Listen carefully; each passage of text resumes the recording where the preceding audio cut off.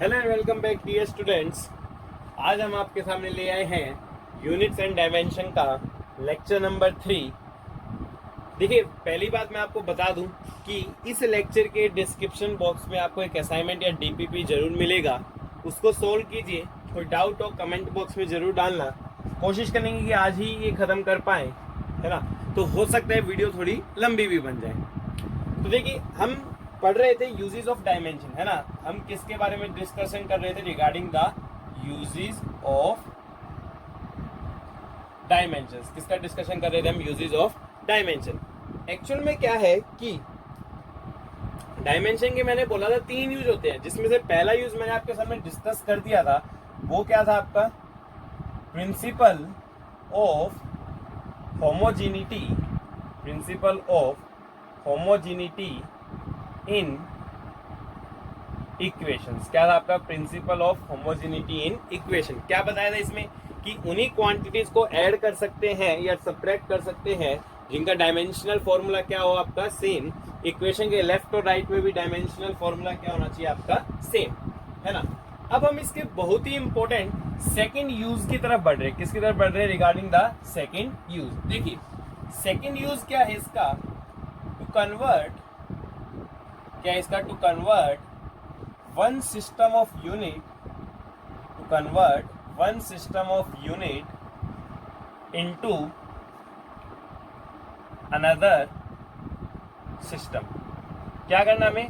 To convert one system of unit into another system. एक system को दूसरे system में कन्वर्ट करना है ना। देखिए, मैंने आपको, है ना, यूनिट्स के 2 सिस्टम पहले ही बता रखे हैं। एक तो मैंने आपको बता रखा है एसआई यूनिट्स, है ना, सिस्टम ऑफ इंटरनेशनल यूनिट्स। और एक क्या बता रखा है मैंने आपको? CGS unit. सीजीएस मतलब सेंटीमीटर ग्राम सेकेंड। मैं क्वांटिटी ले रहा हूँ फोर्स। क्या क्वांटिटी ले रहा हूँ मैं? आपकी फोर्स। मेरे को पता है कि फोर्स, है ना, एसआई यूनिट में उसकी जो यूनिट होती है ना, उसको हम बोलते हैं न्यूटन। भाई, फोर्स की जो एसआई यूनिट होती है ना, वो क्या होती है आपकी? न्यूटन। और उसी फोर्स की जो सीजीएस यूनिट होती है वो क्या होती है आपकी? डायन। डायन नहीं, इसको डाइन बोलते हैं ना। डायन नहीं, डाइन। ठीक है। तो SI unit and CGS, force की एसआई यूनिट न्यूटन और सीजीएस यूनिट क्या होती है? डाइन। आपको बोला जाए कि न्यूटन और डाइन के बीच में क्या निकालना आपको? रिलेशन। क्या निकालना आपको? रिलेशन। तो कैसे निकालोगे? देखिए, स्टेप क्या होता है कि सबसे पहले आप डायमेंशनल फॉर्मूला लिख लीजिए। क्या लिख लीजिए आप? Dimensional formula. तो भाई फोर्स, है ना। तो फोर्स का जो डायमेंशनल फॉर्मूला है, डायमेंशनल फॉर्मूला क्या होता है भाई आपका? mlt-2। भाई, जो फोर्स है उसका डायमेंशनल फॉर्मूला कितना आपका? mlt-2, है ना। जो मैंने आपको डायमेंशनल फॉर्मूलाज की लिस्ट लिखवाई थी उसमें सब लिखा हुआ है। अब देखिए, सबसे पहले मैं एसआई यूनिट में लिखता हूं। तो एसआई यूनिट फोर्स क्या होता है? न्यूटन। तो ये क्या हो गया आपका? 1 न्यूटन। ठीक है। चलिए, मास कितना होता है आपका? 1 किलोग्राम, है ना। लेंथ कितनी होती है आपकी? 1 मीटर, है ना। और टाइम कितना होता है आपका? 1 सेकेंड। उसकी पावर क्या होगी आपकी? -2। चलिए, अब मैं इसको सीजीएस में लिख रहा हूं, है ना। CGS centimetre gram second. तो फोर्स की सीजीएस यूनिट तो क्या आपकी? 1 डाइन इक्वल टू, है ना। अब सीजीएस में मास किस में लिखते हैं? ग्राम में। तो ये क्या हो गया आपका? 1 ग्राम। अच्छा, लेंथ को किस में लिखते हैं? सेंटीमीटर में। तो ये क्या हो गया आपका? 1 सेंटीमीटर। अच्छा, टाइम को किस में लिखते हैं हम? टाइम को तो वहां भी सेकंड में लिखते हैं। तो 1 सेकंड, उसकी पावर क्या आ गया आपकी? -2। ठीक है, इतना लिखिए। देखिए, पहला स्टेप डायमेंशनल फॉर्मूला लिखिए, फिर एसआई यूनिट्स में लिखिए और फिर किस में लिखिए? CGS units. और दोनों को क्या कर दीजिए आप? डिवाइड, है ना। तो डिवाइड करेंगे तो देखिए, ये टर्म तो क्या हो गई आपकी? कैंसिल। तो मैं क्या लिख सकता हूँ यहाँ पे? देखिए, 1 न्यूटन बाय 1 डायन इज इक्वल टू, अच्छा, किलोग्राम को ग्राम में कन्वर्ट करो तो 1 किलोग्राम में 1000 ग्राम होते हैं ना। तो मैंने क्या लिखा? 10⁻³ ग्राम। बहुत बढ़िया। अच्छा भाई, मीटर को सेंटीमीटर में, तो 1 मीटर में 100 सेंटीमीटर होते हैं ना, इसलिए क्या लिखा? 10⁻² सेंटीमीटर डिवाइडेड बाय 1 ग्राम। और ये क्या आपका? 1 सेंटीमीटर। चलिए सोल्व कीजिए। देखिए, सेंटीमीटर ने सेंटीमीटर को उड़ाया, ग्राम ने ग्राम को। कितना बचा? 10⁵ तो डाइन को इधर ले जाइए तो सिंपली कितना आया? 1 न्यूटन किसके बराबर आ गया आपका? 10⁵ डाइन। किसके बराबर आ गया आपका? 10⁵ डाइन। तो 1 न्यूटन में कितने डाइन होते हैं भैया आपके? 10⁵ डाइन, है ना। तो this is the conversion from SI units through CGS unit. किसके लिए किया है मैंने कन्वर्जन? आपका फोर्स के लिए। चलिए एक क्वेश्चन आप खुद करना। सिमिलरली आपको एनर्जी का कन्वर्ट करना है ना। एनर्जी की मैं बता देता हूं, एसआई यूनिट होती है आपकी जूल, और जो सीजीएस यूनिट होती है वो क्या होती है आपकी अर्ग, है ना। एनर्जी की जो एसआई यूनिट होती है दैट इज द जूल, और सीजीएस यूनिट क्या होती है आपकी अर्ग। इसको आपने को रिलेशन फाइंड आउट करने में आंसर बता देता हूँ। 1 जूल किसके बराबर होता है? 10⁻7 अर्ग। चलिए खुद से सोल्व करना and try to solve. Video को पॉज कीजिए एंड नोट दिस डाउन। चलिए डियर स्टूडेंट्स, आपके सामने क्वेश्चन है। प्लीज अपनी वीडियो को पॉज कीजिए and try to solve this question. Please pause the video and try to solve this question. कोशिश जरूर कीजिए। चलिए कोशिश कर ली होगी। अब इधर देखिए क्या करना है। Convert gravitational constant G 6.67 into में 10⁻⁻11 न्यूटन मीटर स्क्वायर पर kilogram square in CGS units. किसमें कन्वर्ट करना आपको? In CGS units. Listen to me very very carefully. देखिए दो मेथड्स मैं आपके सामने डिस्कस करूंगा रिगार्डिंग दिस क्वेश्चन। वैसे बहुत आसान सवाल है ना। देखिए सबसे पहले जो हमने तरीका डिस्कस किया उससे कर लेते हैं, फिर एक दूसरा तरीका बताता हूँ जो और सवालों में थोड़ा आपको यूजफुल रहेगा, है ना। देखिए सबसे पहले जी का डायमेंशनल फॉर्मूला आपको लिखना है ना। तो जी का डायमेंशनल फॉर्मूला मैंने आपको लिस्ट में लिखवाया था, वहां से देखिए आप जी का डायमेंशनल फॉर्मूला कैसे लिखेंगे। सुनिए फॉर्मूला क्या था? F बराबर जी m1 m2 by are square. तो जी क्या आ गया भाई यहाँ से? F are square by m1 m2 क्या आएगा भाई डायमेंशनल फॉर्मूला जी का? देखिए फोर्स का हो गया आपका mlt-2, है ना। फोर्स का क्या हो गया? mlt-2। इसका क्या हो गया आपका? l square by m square. तो कितना हो गया? m की पावर -1 ऊपर ले गए तो इसको l और l square l cube t की पावर -2, है ना। तो सिंपली आप लिस्ट में भी देख सकते हो जो मैंने लिखवाया है। ग्रेविटेशनल कांस्टेंट का डायमेंशनल फॉर्मूला क्या हो गया? m-1 l क्यूब t-2, है ना। चलिए अब हम करते हैं सोल्व। अब सबसे पहले क्या है, मेरे पास इसकी एसआई यूनिट है ना, न्यूटन मीटर स्क्वायर पर किलोग्राम स्क्वायर। तो सबसे पहले मैंने इधर एसआई यूनिट लिखी 1 न्यूटन मीटर स्क्वायर पर किलोग्राम स्क्वायर। अच्छा एसआई यूनिट में मास को हम क्या लिखते थे? 1 किलोग्राम, है ना। -1 लेंथ कितनी होती थी आपकी? 1 मीटर पावर 3। टाइम क्या होता था? 1 सेकेंड पावर -2। अच्छा 1 सीजीएस में पता नहीं क्या कहते हैं, वो बाद में बताएंगे। सीजीएस है ना, डिवाइड भी करना होता था। अच्छा सीजीएस में हो गया तो मास को किस में लिखेंगे? ग्राम में। बहुत बढ़िया। लेंथ को किस में लिखेंगे? सेंटीमीटर में। और टाइम को किस में लिखेंगे? सेकंड्स में। ठीक है चलिए सोल्व करते हैं। तो 1 न्यूटन मीटर स्क्वायर पर किलोग्राम स्क्वायर बाय 1 सीजीएस, है ना। अच्छा 1 किलोग्राम में कितने ग्राम होते थे? 10 की पावर 3 ग्राम, उसकी पावर -1। 1 मीटर में कितने सेंटीमीटर होते थे? 10 की पावर 2 सेंटीमीटर, उसकी पावर है 3। और ये तो क्या हो गया? कैंसिल ही हो गया, है ना। डिवाइड बाय 1 ग्राम की पावर -1 और 1 सेंटीमीटर का क्यूब। डिनोमिनेटर में तो 1 1 1 1 1 सब है। ग्राम ने ग्राम को मारा, सेंटीमीटर ने सेंटीमीटर को। कितना बचा? 3 और -1 ऊपर आ गया 10 की पावर -3। 2 और 3 कितना आ गया? 10 की पावर 6। तो ये कितना हो गया आपकी? 10 की पावर 3। यानी कि मैं क्या लिख सकता हूँ? 1 न्यूटन मीटर स्क्वायर पर किलोग्राम स्क्वायर, और सीजीएस को इधर ले जाओ, ये 10 की पावर 3 है इधर, तो कितना आ गया आपका? 10 की पावर 3 सीजीएस। यानी कि 1 न्यूटन मीटर स्क्वायर पर किलोग्राम स्क्वायर में कितना होता है आपकी? 10 की पावर 3 सीजीएस। अब देखिए जी कितना था आपका? 6.67 इंटू में 10 की पावर -11, है ना। अब 1 न्यूटन मीटर स्क्वायर पर किलोग्राम स्क्वायर की जगह क्या लिख सकता हूं मैं? 10 की पावर 3 सीजीएस। देखिए मैंने यहां से क्या किया? 1 न्यूटन मीटर स्क्वायर पर किलोग्राम स्क्वायर जो कि लिखा हुआ था उसकी जगह क्या लिख दिया मैंने? 10 की पावर 3 सीजीएस। सोल्व करेंगे तो कितना आ गया? 6.67 इंटू में 10 की पावर -8 सीजीएस। तो ये आपका ग्रेविटेशनल कांस्टेंट हो गया किस यूनिट्स में? सीजीएस यूनिट्स में। 6.67 इंटू में 10⁻⁻8 सीजीएस, है ना। चलिए अपनी वीडियो को पॉज कीजिए, इसको नोट कीजिए, फिर मैं आपके सामने सेकंड मेथड डिस्कस कर रहा हूं which is very very very very very easy, है ना। चलिए भाई डियर स्टूडेंट्स समझ लेते हैं क्या समझना चाह रहे हैं। देखिए G बराबर आपको क्या गिवन है 6.67 इंटू में 10⁻⁻11 न्यूटन मीटर स्क्वायर पर किलोग्राम। अब सीधा यहीं से कन्वर्ट करना स्टार्ट कीजिए। मेरे को क्या करना है सीजीएस में कन्वर्ट करना है, तो क्या करूंगा 6.67 इंटू में 10⁻⁻11 है ना।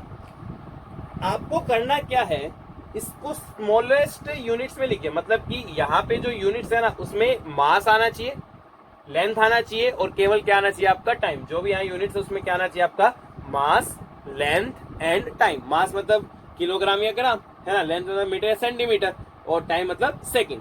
तो ये तो चलिए मीटर है ही और ये किलोग्राम है। मैं न्यूटन को तोड़ूंगा, किसको तोड़ूंगा मैं न्यूटन को। कैसे तोड़ता हूँ देखिए भाई, बहुत बढ़िया है ना।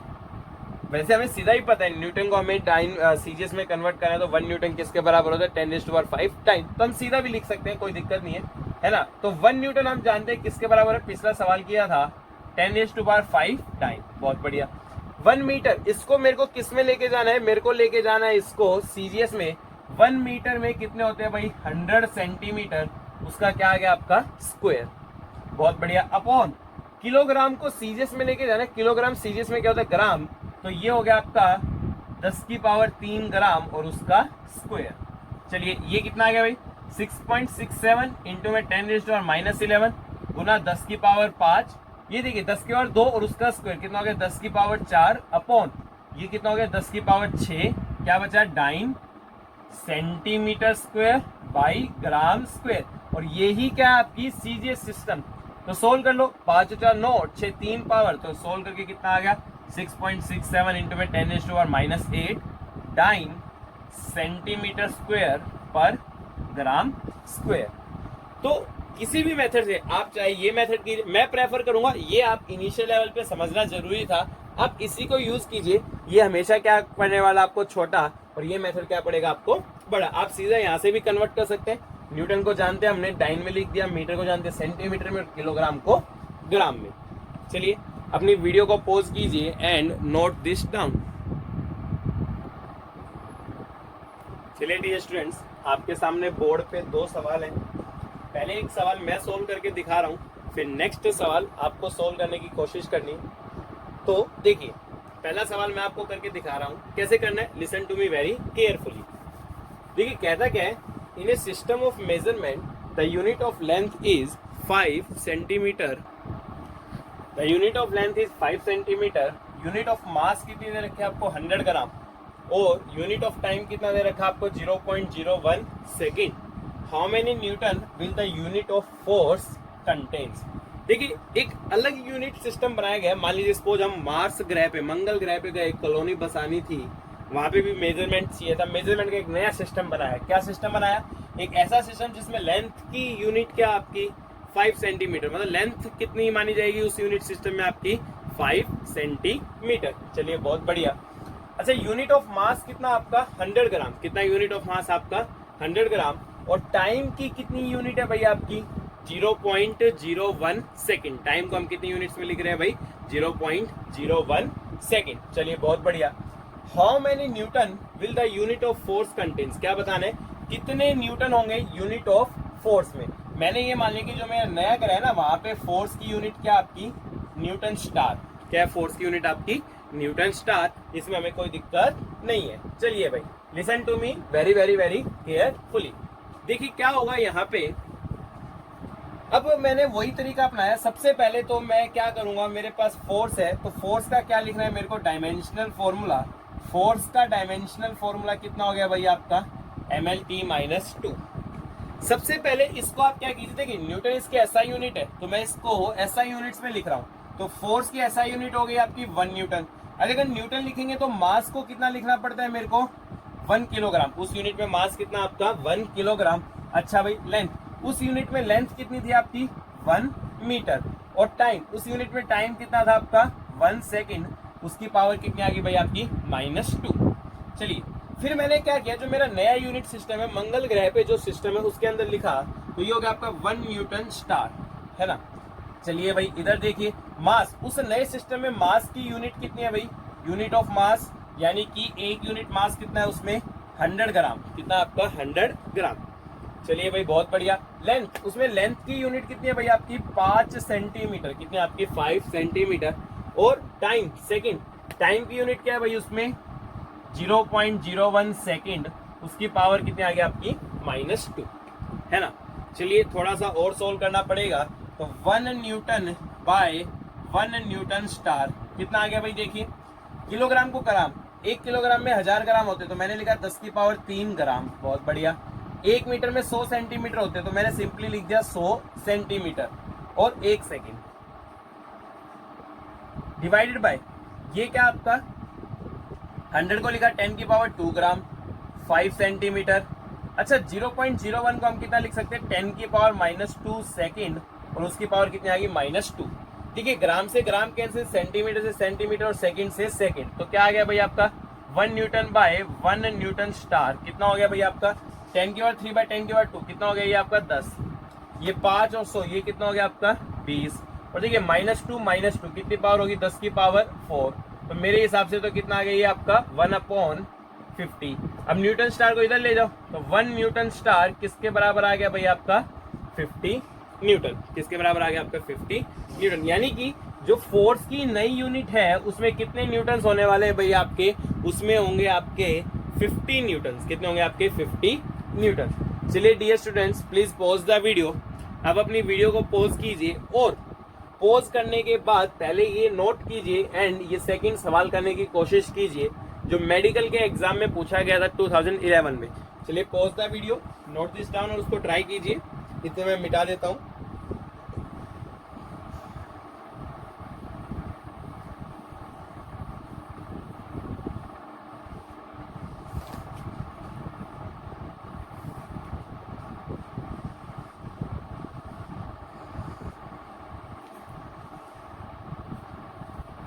चलिए आपने कर लिया होगा, अब हम करते हैं इस सवाल को। देखिए क्या सवाल है, AIPMT में पूछा गया।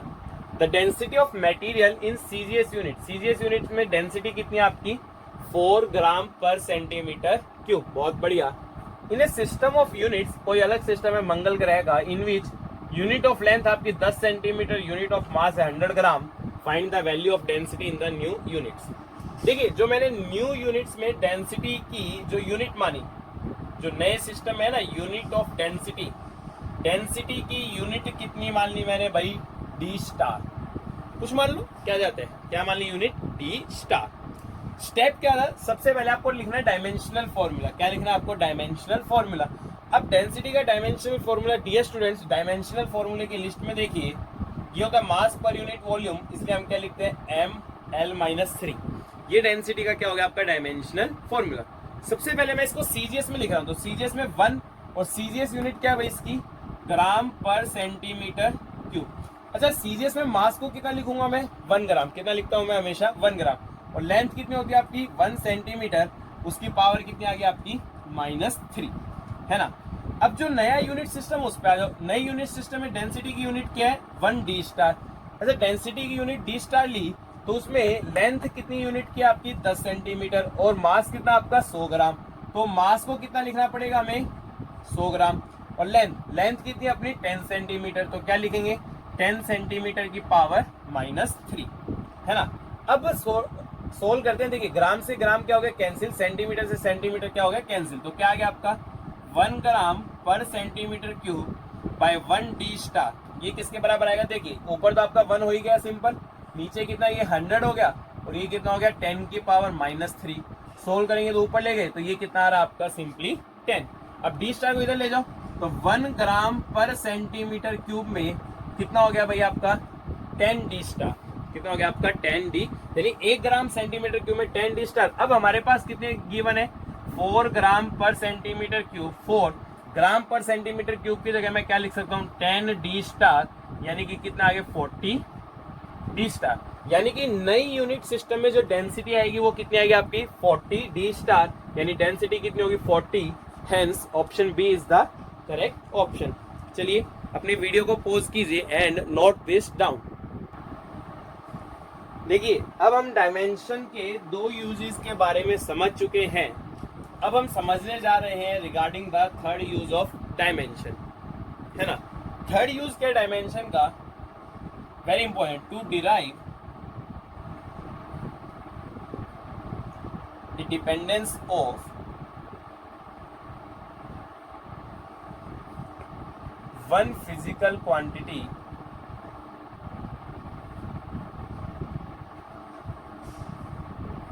on another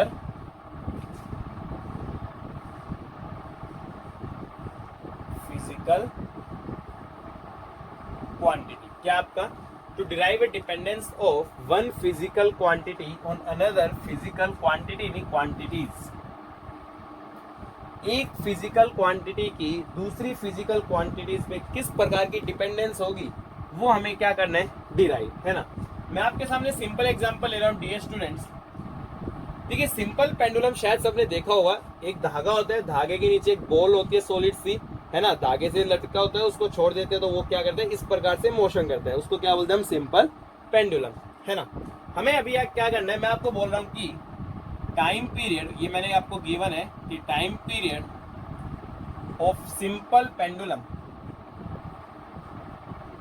क्या बोला, time period of simple pendulum depends, तीन चीजों पे डिपेंड करता है। कितनी चीजों पे डिपेंड करता है, तीन, है ना। पहली चीज क्या है, वो डिपेंड करता है मास ऑफ बॉल, किस पे डिपेंड करता है आपका, मास ऑफ बॉल। दूसरा लेंथ ऑफ स्ट्रिंग, किस पे डिपेंड करता है आपका, लेंथ ऑफ स्ट्रिंग, है ना। सिंपल पेंडुलम बस आप इतना समझिए अभी के लिए, आपके जो काम की बात है, ये स्ट्रिंग होता है और नीचे क्या लगी होती है, एक बॉल, छोड़ देते हो तो ऐसे ऐसे मूव करता है। और तीसरा आपका एक्सेलरेशन ड्यू टू ग्रेविटी, जिसको हम जी से लिखते हैं, एक्सेलरेशन ड्यू टू ग्रेविटी। तो ये पाया गया कि टाइम पीरियड तीन चीजों पे डिपेंड कर सकते हैं, mass of the ball, length of the string and acceleration due to gravity. आपको बताना है कि किस तरीके से ये डिपेंड करेगा, है ना। तो now listen to me very carefully. भाई मैंने क्या माना, टाइम पीरियड को मैंने डिनोट किया टी से, किससे डिनोट किया, टी से। टी डायरेक्टली प्रोपोर्शनल है मास, मास लिखा मैंने एम से, मास की पावर ए, ये कुछ भी हो सकता है, मेरे को नहीं पता स्क्वायर है मास का, मास की पावर 1 है, मास की पावर -1 है, मास की पावर 2 है, इस बारे में मेरे को कोई जानकारी नहीं है। इसे मैंने सिंपली क्या लिख दिया, ए, मास की ए पावर पे डिपेंड करे, ए कुछ भी हो सकता है, 0 भी हो सकता है। लेंथ ऑफ द स्ट्रिंग, मान लीजिए लेंथ की कितनी पावर पे डिपेंड कर रहा है, वो पावर पे डिपेंड कर रहा है B. Acceleration due to gravity, मान लीजिए जी की कितनी पावर पे डिपेंड कर रहा है, सी।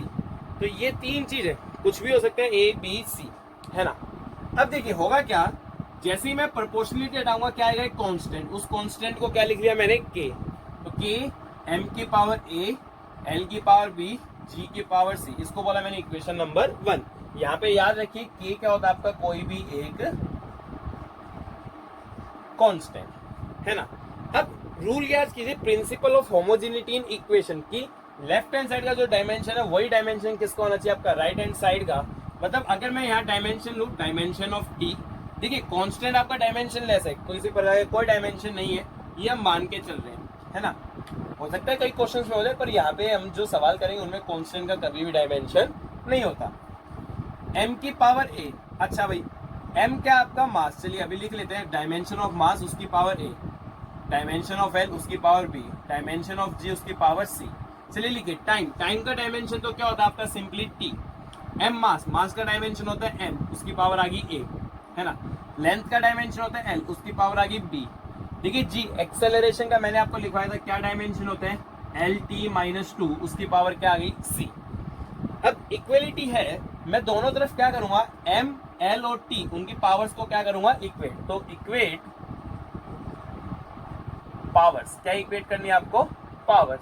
सबसे पहले मैंने किसकी पावर इक्वेट की, m की। देखिए m की इधर कोई पावर है क्या, नहीं, तो मैं पावर कितनी मान सकता हूँ, 0। m की इधर पावर देखिए यहाँ से क्या आ रही है आपकी, a, तो a किसके बराबर आ गया भैया आपका, 0। अब मैंने क्या किया, लेंथ की पावर इक्वेट की, यहाँ कुछ लेंथ आ रहा है क्या, नहीं, तो लेंथ की पावर इधर तो 0। इधर देखो लेंथ कितना है, b यहाँ से और c यहाँ से, तो लेंथ कितना है आपका, b प्लस c, हम सोल्व नहीं कर सकते। चलिए तीसरी पावर मैंने इक्वेट की टाइम की, टाइम की पावर इधर कितनी है भैया आपकी, 1 इक्वल टू, और इधर टाइम की पावर कितनी है, यहाँ नहीं है, यहाँ नहीं है, यहाँ पावर कितनी है आपकी, -2c। तो c कितना आ गया भैया आपका, -1/2, यहाँ रखेंगे तो b भी कितना आ जाएगा आपका, 1/2। इस प्रकार से मैंने किसकी वैल्यू निकाल ली, a b और c, है ना। a 0 आया, b आया आपका 1/2 और c कितना आया आपका, -1/2। चलिए dear students, please pause the video and note this down. मैं कुछ इरेज करने जा रहा हूँ। चलिए आपने नोट कर लिया होगा।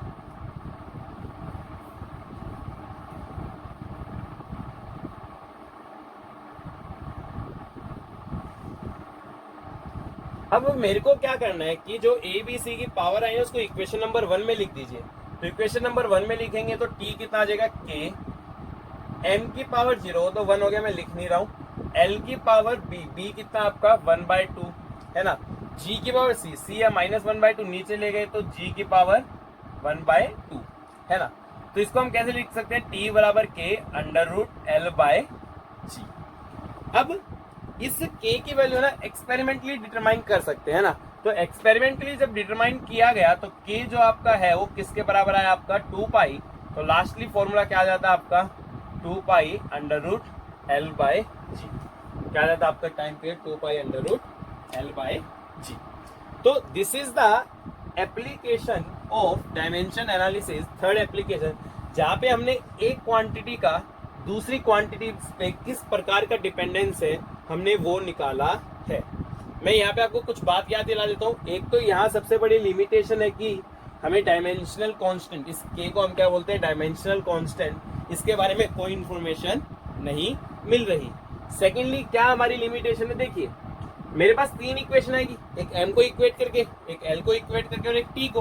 अब मेरे पास 3 इक्वेशन है तो मैं 3 वेरिएबल्स को ही सोल्व कर सकता हूँ। यानी कि ये डिपेंडेंस मैक्सिमम कितनी क्वांटिटीज पे हो सकता है, 3 क्वांटिटीज पे, है ना। मान लीजिए कोई चौथी क्वांटिटी और आ जाती है तो उसकी पावर क्या थी d। अब मेरे पास 4 वेरिएबल हो गए a b c और t, पर मेरे पास इक्वेशन 3 है, एक m से आएगी, एक l से आएगी और एक t से आने वाली है। तो 3 इक्वेशन 4 वेरिएबल सोल्व कर पाना पॉसिबल नहीं है। तो these are the some limitations जो हम बाद में लिखेंगे। चलिए अपनी वीडियो को पॉज कीजिए एंड नोट दिस डाउन। चलिए डियर स्टूडेंट्स, आपके लिए सवाल है, लिखा हुआ है। सवाल को पूछा गया था जेईई एडवांस 2014 में,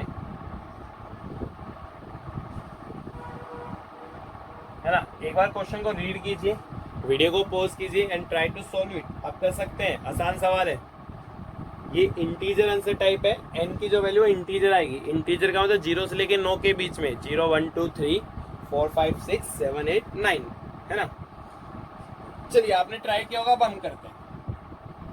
बोला क्या, to find the distance d और which signal can be seen clearly in foggy condition. जब फोग होते हैं तो ज्यादा दूर की चीजें दिखाई नहीं देती। वो कह रहे हैं कि कितने दूरी तक हम देख सकते हैं, उसको निकालना है। उसके लिए रेलवे के एक इंजीनियर ने डायमेंशनल एनालिसिस लगाया और एज्यूम किया कि डिस्टेंस 3 चीजों पे डिपेंड करता है। पहला क्या, आपकी mass density of the fog, fog की डेंसिटी क्या है। Second, intensity of light s, intensity का फॉर्मूला भी दिया है क्या, power per unit area of signal और उसकी फ्रीक्वेंसी। इंजीनियर ने पाया कि जो d है ना वो s क्या थी, इंटेंसिटी, उस पर डिपेंड कर रहा है 1/n। Then find the value of n। तो लिसन केयरफुली, देखिए डिस्टेंस d किन किन चीज पे डिपेंड कर रहा है, रो कैसे डिपेंड कर रहा है मालूम नहीं, इसलिए पावर क्या मान ली a। इंटेंसिटी पे डिपेंड कर रहा है, कैसे डिपेंड कर रहा है मालूम नहीं, पावर मान ली b। और फ्रीक्वेंसी पे डिपेंड कर रहा है, कैसे कर रहा है मालूम नहीं, पावर मान ली c। अब प्रोपोर्शनलिटी हटाएंगे तो there will be some constant. तो d बराबर k rho a s b f c, ये k क्या आपका डायमेंशनल कांस्टेंट। अब देखिए हमें s को छोड़ के सभी क्वांटिटीज के डायमेंशंस हमने लिस्ट में लिख रखे हैं। s का भी हम निकाल लेते हैं। देखिए s क्या है भाई, आपका पावर अपॉन एरिया। लिस्ट में देखना पावर का डायमेंशन क्या आपका ml² t-3 है ना, और एरिया का क्या आपका l², इसने इसको उड़ा दिया, कितना बच गया आपका mt-3। चलिए अब देखिए दोनों तरफ के डायमेंशन लिखते हैं। डायमेंशन ऑफ d, k का कोई नहीं होता, रो डायमेंशन पावर a, s का डायमेंशन पावर b, f का डायमेंशन पावर c। अब d तो आपका डिस्टेंस है, उसका डायमेंशन हो गया l। डेंसिटी, डेंसिटी का भी हमने लिस्ट में लिख रखा है, क्या होता है ml-3 उसकी पावर a। ये जो s है इंटेंसिटी, इसका क्या हो गया भाई आपका mt-3 उसकी पावर b। और फ्रीक्वेंसी का क्या होता है आपका t-1, लिस्ट में लिख रखा है फ्रीक्वेंसी टाइम का उल्टा होता है t-1 और उसकी पावर c। अब इक्वेट कीजिए, पहले मैंने m के इक्वेट किए, तो इधर m क्या है 0, तो इधर लेफ्ट हैंड साइड है 0, राइट हैंड साइड देखिए a यहाँ से आ गया, b यहाँ से, तो क्या आ गया आपका a प्लस b। l को कीजिए, l कितना है भाई इधर 1, और राइट हैंड साइड कितना है -3 है, यहाँ से आ गया है ना, और तो है ही नहीं, -3 है बस। तो यहाँ से तो a की वैल्यू आ गई कम से कम कितनी, -1/3। यहाँ रखोगे -1/3 तो b कितना आ गया आपका 1/3। वैसे c भी निकाल सकते हो पर हमें काम नहीं है, हमें तो इंटेंसिटी पे डिपेंडेंस दिखाना है। और इंटेंसिटी पे कैसे डिपेंड करते हैं, b, और b की वैल्यू कितनी आई आपकी 1/3। तो s की पावर 1/3 कंपेयर करो 1/n और 1/3 कंपेयर करने पे पता चल रहा है कि n की वैल्यू कितनी आ गई 3। तो द आंसर इज 3। तो दिस इज द क्वेश्चन। चलिए students please pause the video and note this down. चलिए देखिए डियर स्टूडेंट्स, नेक्स्ट क्वेश्चन है, मैं ही सॉल्व करा रहा हूँ, नया देखिए। In a system of units if force, acceleration and time are taken as fundamental units, MLT जो हम फंडामेंटल यूनिट्स है मैंने पहले बताया था, उनके अलावा भी हम मान सकते हैं। इन्होंने क्या किया, फोर्स, एक्सेलरेशन और टाइम को फंडामेंटल यूनिट्स मान लिया और पूछा गया कि find the dimensional formula of energy. किसका डायमेंशनल फॉर्मूला बताना आपको, एनर्जी का। यानी कि देखिए ऑब्वियस सी बात है, एनर्जी किन किन क्वांटिटीज पे डिपेंड कर सकती है, फोर्स पे कर सकती है, एक्सेलरेशन पे कर सकती है और टाइम पे, है ना। तो मैंने वही तरीका अपनाया, मैंने क्या माना कि एनर्जी फोर्स पे डिपेंड कर सकती है। कैसे डिपेंड कर सकती है, मान लीजिए F की पावर A। एक्सेलरेशन पे भी डिपेंड कर सकती है, कैसे, मान लीजिए पावर B। और टाइम पे भी डिपेंड कर सकती है, तो मान लीजिए पावर C। अच्छा, प्रोपोर्शनलिटी आएंगे तो कांस्टेंट K आया, डायमेंशनल कांस्टेंट है। अब दोनों तरफ की डायमेंशन क्या होनी चाहिए, सेम। तो डायमेंशन ऑफ E किसके बराबर होना चाहिए, dimension of F power A, dimension of A power B, dimension of T power C। अच्छा, एनर्जी का डायमेंशन क्या होता है भाई आपका, ml² T-2, है ना।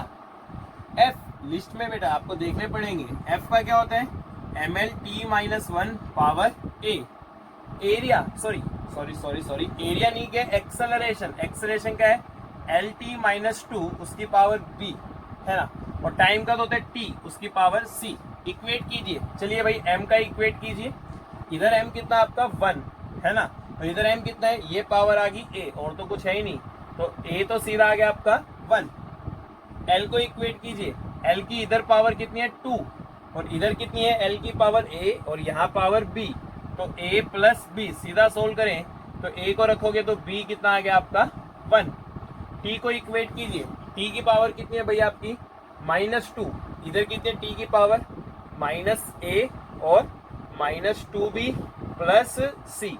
वैल्यू पुट कीजिए -2, ये हो गया -1, ये हो गया -2 प्लस c भी कितना आ गया आपका 1। तो देखिए a भी 1 आ रहा है, b भी 1 आ रहा है और c भी कितना आ रहा है आपका 1। एक बार कैलकुलेशन चेक कर लीजिए डियर स्टूडेंट्स। सॉरी गलती हो गई।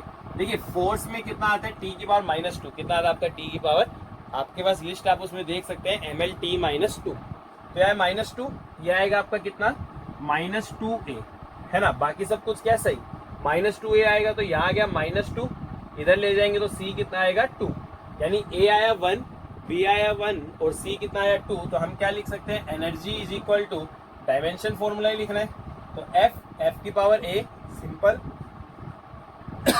एक्सेलरेशन की पावर b 1 आ गया सिंपल, t पावर c है वो 2, तो FAT²। Hence option B is the correct option कि डायमेंशनल फॉर्मूला एनर्जी का कितना हो जाएगा FAT²।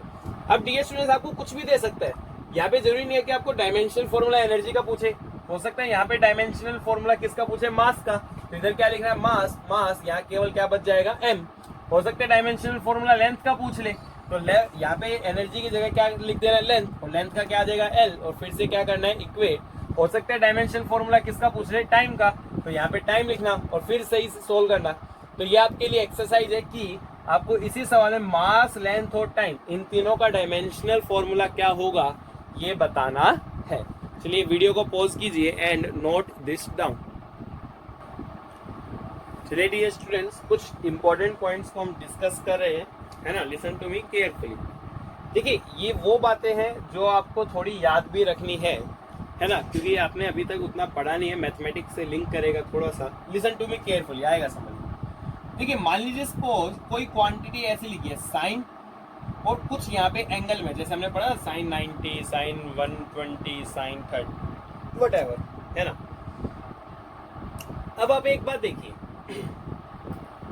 अच्छा मैंने वहां पे आपको एक बात नहीं बताई होगी शायद, तो यहाँ सुन लीजिए। देखिए मैंने आपको 2 यूनिट्स और बताई थी ना, एक मैंने वहां पे क्या बताया था आपको, प्लेन एंगल, और एक क्या बताया था मैंने आपको, सॉलिड एंगल, है ना। प्लेन एंगल की यूनिट क्या थी भैया आपकी, रेडियन, और सॉलिड एंगल की यूनिट क्या थी आपकी, स्टर्डियन, ठीक है। एक्चुअल में क्या होता है, इन दोनों को हम सप्लीमेंट्री यूनिट्स मानते थे, क्यों, क्योंकि इनकी यूनिट होती है पर किसी प्रकार का कोई डायमेंशन नहीं होता।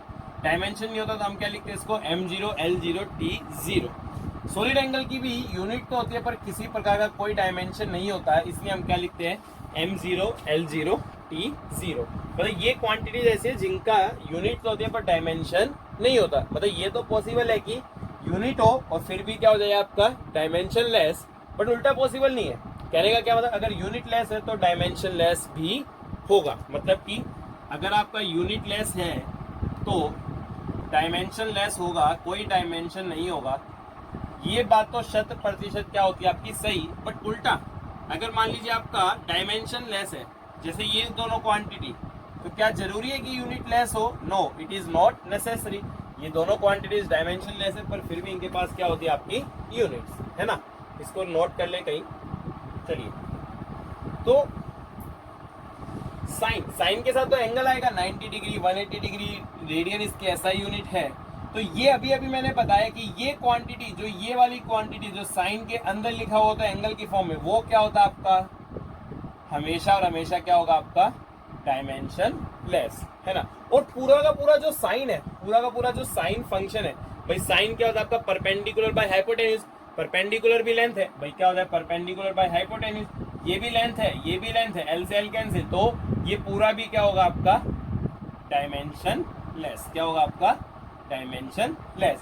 देखिए साइन के एंगल में जाएगा वो भी डायमेंशन लेस, और ये पूरा का पूरा भी क्या होगा आपका, डायमेंशन लेस।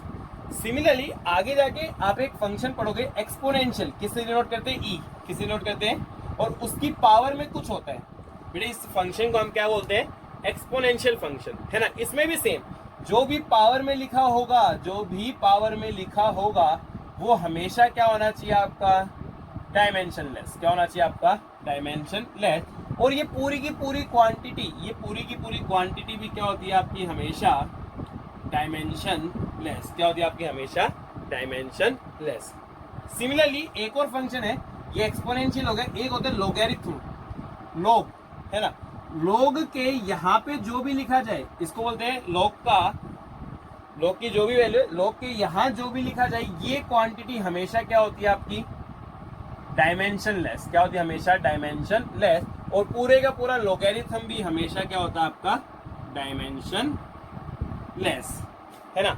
इसमें लास्ट पॉइंट आता है, एक इनवर्स ट्रिग्नोमेट्रिक फंक्शन हो, जैसे मान लो साइन इनवर्स लिखा गया, क्या लिखा गया आपका, साइन इनवर्स, तो यहां भी जो वैल्यू आती है वो क्या होती है, डायमेंशन लेस, और ये पूरे का पूरा भी क्या होता है, डायमेंशन लेस। ये याद रखना, ट्रिग्नोमेट्रिक का कोई फंक्शन हो, एंगल डायमेंशन लेस, पूरी वैल्यू भी डायमेंशन लेस, एक्सपोनेंशियल की पूरी वैल्यू भी डायमेंशन लेस होती है, और पावर में जो आता है वो भी क्या होता है आपका, डायमेंशन लेस, है ना।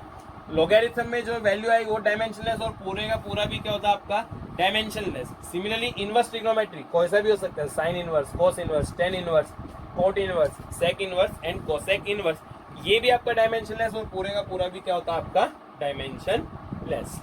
ठीक है, चलिए डियर स्टूडेंट्स, इसको नोट कर लीजिए और वो सवाल देखते हैं। अच्छा सवाल है, लिसन टू मी केयरफुली। इसमें क्या बोला गया, देखिए वाई रिलेशन की माने लोगैरिथम रिलेशन है। कैसा आपका लोगैरिथम रिलेशन, एम आपका मास है, ए एक्सेलरेशन है, एल लेंथ है, वाई का डायमेंशन फाइंड आउट करना है। देखिए लिसन केयरफुली, मैं वाई का डायमेंशनल फॉर्मूला फाइंड करना चाह रहा हूं, तो ये एम, चलिए डायमेंशनल फॉर्मूला ऑफ एम, ये क्या है, ए हमारा acceleration, dimensional formula of A, divide में डायमेंशनल फॉर्मूला ऑफ एल्फा। देखिए अभी पढ़ा कि लोग पूरा का पूरा क्या होता है आपका, डायमेंशनलेस, तो उसका कोई डायमेंशन नहीं है। मतलब ये जो पूरी क्वांटिटी है ना, इसका किसी प्रकार से कोई डायमेंशन नहीं है।